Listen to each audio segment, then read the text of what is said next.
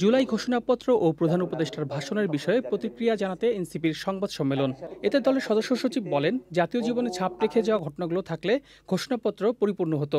47, 71 এবং আমাদের 24-এর যে আন্দোলন, তার সকল কিছুর একটি সম্মিলন এই ঘোষণাপত্রকে আরো সমৃদ্ধ করতে পারত। গত 1 বছর ধরে সরকার যে শহীদদের প্রকৃত সংখ্যা নির্ণয় করতে ব্যর্থ হয়েছে, আহতদের প্রকৃত সংখ্যা নির্ণয় করতে ব্যর্থ হয়েছে, তার একটা ছাপ আমরা এই ঘোষণাপত্রের মধ্যে দেখতে পেলাম।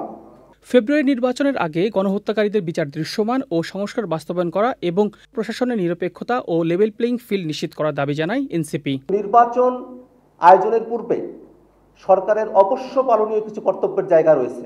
নির্বাচনের পূর্বেই বিচারকে দৃশ্যমান করা এবং সংস্কারকে বাস্তবায়ন করা এ সরকারের অবশ্য কর্তব্য।